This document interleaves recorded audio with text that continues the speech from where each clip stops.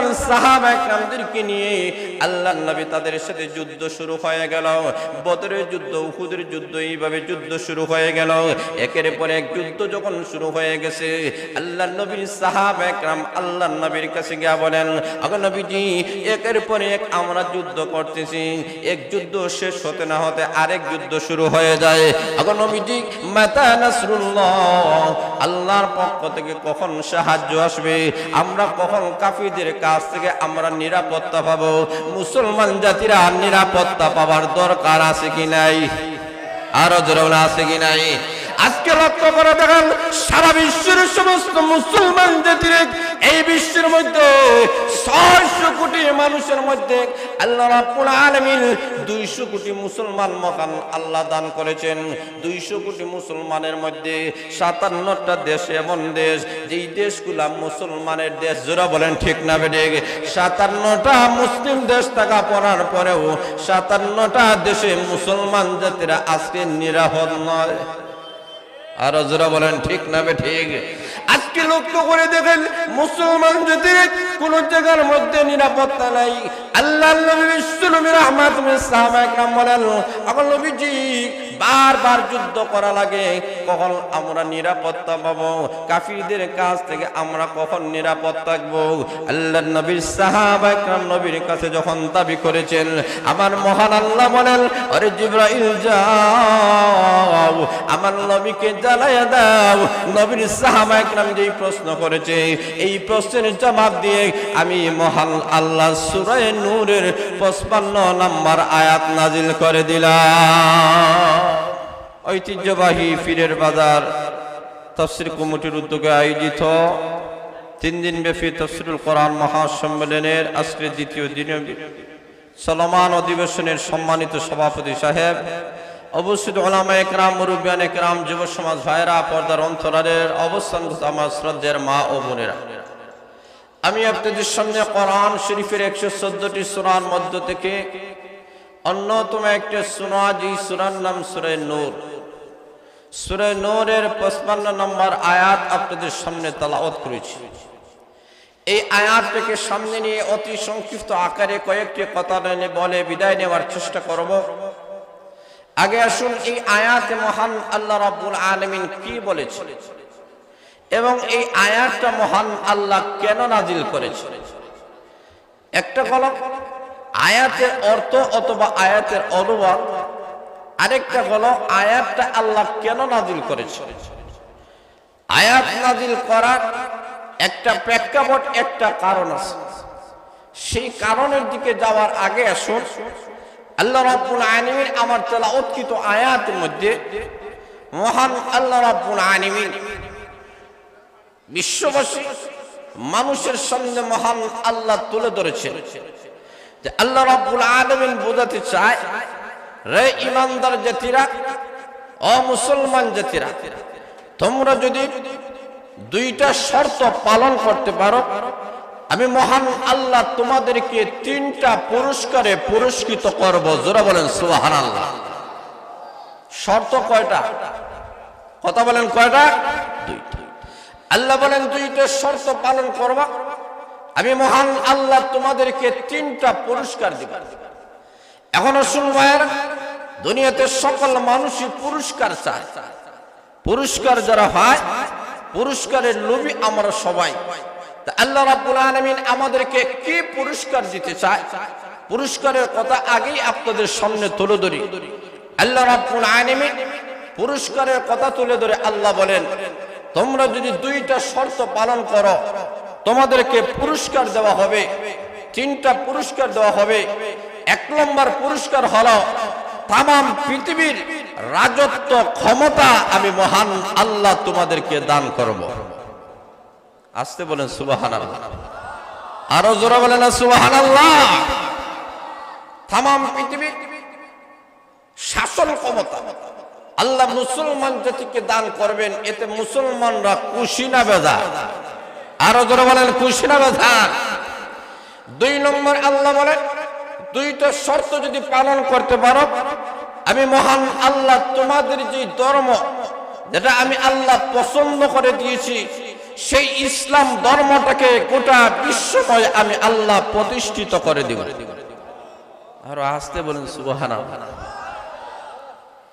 3 নম্বর পুরস্কার হলো, অমুসলমান জাতিরা তোমরা বেঈমান কাফিরদের কাছে নির্যাতিত এবং নিষ্পেষিত।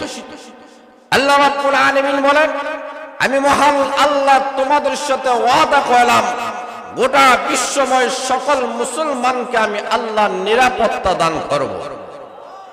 আরো আসতে বলেন সুবহানাল্লাহ। এই 3টা পুরস্কারের দরকার নাই? জোরে বলেন আছে কি নাই? এখন সুবহানাল্লাহ, আল্লাহ রাব্বুল আলামিন বলেন, ও দুনিয়ার ঈমানদার জাতিরা, এই দুনিয়াতে আমি মহান আল্লাহ তোমাদেরকে দুনিয়াতে আমি আল্লাহ সৃষ্টি করেছি। ও মুসলমান জাতিরা, আমি মহান আল্লাহ তোমাদেরকে দুনিয়াতে পাঠাইলাম। মুসলমান জাতিরা, তোমাদের সম্মান বেশি, মর্যাদা বেশি, ইজ্জত বেশি। 1 নম্বর আল্লাহ বলেন, আমি মহান আল্লাহ রাব্বুল আলামিন, আমি মহান আল্লাহ তোমাদেরকে দুনিয়ার মধ্যে আমি আল্লাহ শাসন ক্ষমতা দান করব। 2 নম্বর কলম, আমি মহান আল্লাহ তোমাদের যে ধর্ম যেটা আমি আল্লাহ মনোনীত করে দিয়েছি সেই ইসলাম ধর্মটাকে আমি আল্লাহ প্রতিষ্ঠিত করে দিব। 3 নম্বর কলম, আরে মুসলমান জাতিরা, ভয়ের কোনো কারণ নাই, আমি মহান আল্লাহ মুসলমান জাতিকে আমি আল্লাহ নিরাপত্তা দান করব। জোরে বলেন সুবহানাল্লাহ। এখন আমার মহান আল্লাহ রাব্বুল আলামিন যে ওয়াদা করেন, আল্লাহর ওয়াদাগুলো চির সত্য, এতে কোনো সন্দেহ আসেনি। আরো জোরে বলেন, আল্লাহ বলেন, ওয়ামাল আসদাকু মিনাল্লাহি কিলা। আল্লাহ বলেন, আল্লাহর চেয়ে চির সত্যবাদী কথার কারো হতে পারে না। আমার মহান আল্লাহ ওয়াদা করেছেন। আল্লাহ বলেন, ও মুসলমান জাতিরা, এইভাবে 3টা পুরস্কার আমি আল্লাহ কখন দিব? এখন আসুন ভাইরা, আমার মহান আল্লাহ রাব্বুল আলামিন আমার তেলাওয়াতকৃত আয়াতগুলো আল্লাহ কেন নাজিল করেছেন? এখন শানে নজুলের দিকে আমরা চলে যাই। আল্লাহর নবী, বিশ্ব নবী রাহমাতুল আলামিন মক্কা ছেড়ে যখন মদিনায় চলে গেলেন, বিশ্ব নবীর জীবনীটাকে 3 ভাগে বিভক্ত করা যায়। একটা হলো নবুয়তের পূর্বের 40 বছরের জিন্দেগি, আরেকটা হলো নবুয়তের পরে 13 বছরের মক্কি জিন্দেগি, আরেকটা হলো 10 বছরের মদনী জিন্দেগি। যারা বলেন ঠিক না বেঠিক? আসুন মায়ানা, আল্লাহর নবী বিশ্ব নবী রাহমাতুল আলামিন 40 বছরের পরে আল্লাহ রাব্বুল আলামিন বিশ্ব নবীর কাছে আল্লাহ যখন কোরআন নাযিল করেছেন, এই 13টি বছর আল্লাহর নবী এবং তাহার সাহাবায়ে কেরাম মক্কা নগরীতে অবস্থান করতেছেন।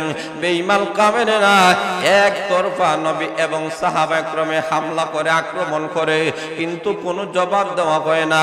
মহান আল্লাহ বলেন, পাল্টা হামলা করিও না, আঘাত করিও না। এখনো পর্যন্ত মহান আল্লাহ হামলা করার, জিহাদ করার পারমিশন মহান আল্লাহ দেন নাই। মক্কা চলে যখন মদিনায় চলে গেলেন, আমার মহান আল্লাহ বলেন, ও নবীজি, একতরফা হামলা চলবে না। আমি মহান আল্লাহ এখন পারমিশন দিলাম, আপনি জিহাদ করুন। জোরে বলেন সুবহানাল্লাহ। পাল্টা হামলা করুন। আল্লাহর নবী বিশ্ব নবী রাহমাতুল আলামিন তার সাহাবায়ে কেরামদেরকে নিয়ে আল্লাহর নবী তাদের সাথে যুদ্ধ শুরু হয়ে গেল। বদরের যুদ্ধ, উহুদের যুদ্ধ, এইভাবে যুদ্ধ শুরু হয়ে গেল। একের পর এক যুদ্ধ যখন শুরু হয়ে গেছে, আল্লাহর নবীর সাহাবায়ে কেরাম আল্লাহর নবীর কাছে গিয়ে বলেন, ওগো নবীজি, একের পর এক আমরা যুদ্ধ করতেছি, এক যুদ্ধ শেষ হতে না হতে আরেক যুদ্ধ শুরু হয়ে যায়। ওগো নবীজি, মাতা নাসরুল্লাহ, আল্লাহর পক্ষ থেকে কখন সাহায্য আসবে? আমরা কখন কাফিরদের কাছ থেকে আমরা নিরাপত্তা পাবো? মুসলমান জাতিরা নিরাপত্তা পাবার দরকার আছে কি নাই? আরো জোরে আছে কি নাই? আজকে লক্ষ্য করে দেখেন, সারা বিশ্বের সমস্ত মুসলমান জাতির এই বিশ্বের মধ্যে 600 কোটি মানুষের মধ্যে আল্লাহ রাব্বুল আলামিন 200 কোটি মুসলমান মহান আল্লাহ দান করেছেন। 200 কোটি মুসলমানের মধ্যে 57টা দেশ এমন দেশ, যেই দেশগুলা মুসলমানের দেশ। যারা বলেন ঠিক না বেঠিক? 57টা মুসলিম দেশ থাকা পড়ার পরেও 57টা দেশে মুসলমান জাতিরা আজকে নিরাপদ নয়। আরো যারা বলেন ঠিক না বেঠিক? আজকে লক্ষ্য করে দেখেন মুসলমান জাতির কোন জায়গার মধ্যে নিরাপত্তা নাই। আল্লাহর নবী বিশ্বনবী রাহমাতুল্লিল সাহাবায়ে কেরাম বলেন, আমার নবীজি বারবার যুদ্ধ করা লাগে, কখন আমরা নিরাপত্তা পাবো? কাফিরদের কাছ থেকে আমরা কখন নিরাপদ থাকবো? আল্লাহর নবীর সাহাবায়ে কেরাম নবীর কাছে যখন দাবি করেছেন, আমার মহান আল্লাহ বলেন, আরে জিবরাইল যাও আমার নবীকে জানাইয়া দাও। নবীর সাহাবায়ে কেরাম যেই প্রশ্ন করেছে, এই প্রশ্নের জবাব দিয়ে আমি মহান আল্লাহ সূরা নূরের 55 নম্বর আয়াত নাজিল করে দিলাম। সূরা নূরের 55 নম্বর আয়াত নাজিল করে সাহাবা একরাম সহ গোটা বিশ্বের সমস্ত মুসলমান জাতির নিরাপত্তার আল্লাহ গ্যারান্টি দিয়েছে। নিরাপত্তার দরকার নাই, জোরে বলা আছে কি নাই? এখন আল্লাহ রাব্বুল আলামিন এই আয়াত নাজিল করে বলেন, ও নবীর সাহাবা একরাম, শুধুমাত্র তোমরা নয়, কিয়ামত পর্যন্ত যত মুসলমান জাতিরা আসবে, কোন মুসলমান জাতিদের কোনো অস্ত্র লাগবে না, কোনো কামান লাগবে না, কোনো কিছুই দরকার হবে না রে। আরে মুসলমান জাতিরা, তোমাদের কাছে যদি দুইটা শর্ত থাকে, জোরে বলেন কয়টা? আরো জোরে বলেন। তোমাদের কাছে যদি দুইটি শর্ত থাকে, আমি মহান আল্লাহ রাব্বুল আলামিন ওই তিনটা পুরস্কারে আমি মহান আল্লাহ তোমাদেরকে পুরস্কৃত করব। এক নম্বরে মহান আল্লাহ রাব্বুল আলামিন বলেন, আল্লাহ বলেন, ওয়াদাল্লাহুল্লাযীনা আমানু মিনকুম ওয়া আমিলুস সলিহাত। আল্লাহ বলেন, আমি মহান আল্লাহ ওয়াদা নিয়েছি, চূড়ান্তভাবে আল্লাহ ওয়াদা দিয়েছেন। আল্লাহ ওয়াদা দিয়েছেন, জোরে বলেন কে দিয়েছেন? আরো জোরে বলেন। আল্লাহ রাব্বুল আলামিন বলেন, আমি মহান আল্লাহ ওয়াদা দিলাম কাদের সাথে? এক নম্বর হলো যারা ঈমান নিয়ে আসবে, ঈমানদারের সাথে আল্লাহ ওয়াদা করেছেন। দুই নম্বর হলো ওয়া আমিলুস সলিহাত। আল্লাহ বলেন নেক আমলওয়ালা। এই দুইটা শর্ত যেই যুগের যেই সমাজের মুসলমানের কাছে থাকবে, আল্লাহ বলেন যেই দেশের মুসলমানের কাছে, যেই দেশের মানুষের কাছে এই দুইটা শর্ত থাকবে। এক নম্বর হলো ঈমান, দুই নম্বর হলো নেক আমল।